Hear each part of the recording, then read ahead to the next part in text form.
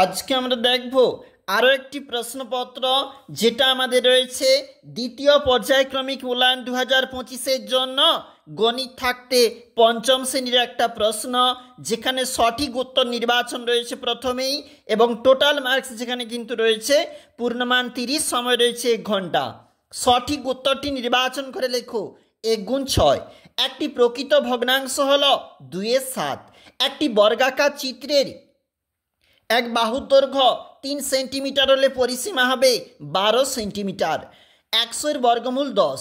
0.025 এটিকে ভাঙলে হবে 25, অর্থাৎ 25/1000। একটি বিন্দুতে কয়টি সরলরেখা আঁকা যায়? উত্তর হবে অসংখ্য। 3, 4, 6 এর লসাগু কত? উত্তর হবে 12। নিচের প্রশ্নগুলির উত্তর দাও। 1 গুণ 5 রয়েছে, দেখো কোনটি বড় সেটা নির্ণয় করতে বলেছে এবং 6 টাকা 5 পয়সা সমান কত টাকা সেটা বলেছে। মিশ্র ভগ্নাংশে পরিণত করো, যেটা করলে অবশ্যই হবে 5 পূর্ণ 3/7। একটি বর্গক্ষেত্রের পরিসীমা দেওয়া রয়েছে, তাহলে তার ক্ষেত্রফল 16 বর্গ সেন্টিমিটার। বিন্দু কাকে বলে?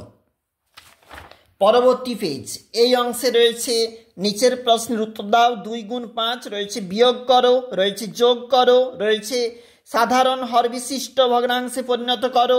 বর্গক্ষেত্রের ক্ষেত্রফল যদি 169 বর্গ সেন্টিমিটার হয় তাহলে বাহুর দৈর্ঘ্য হবে 13 সেন্টিমিটার।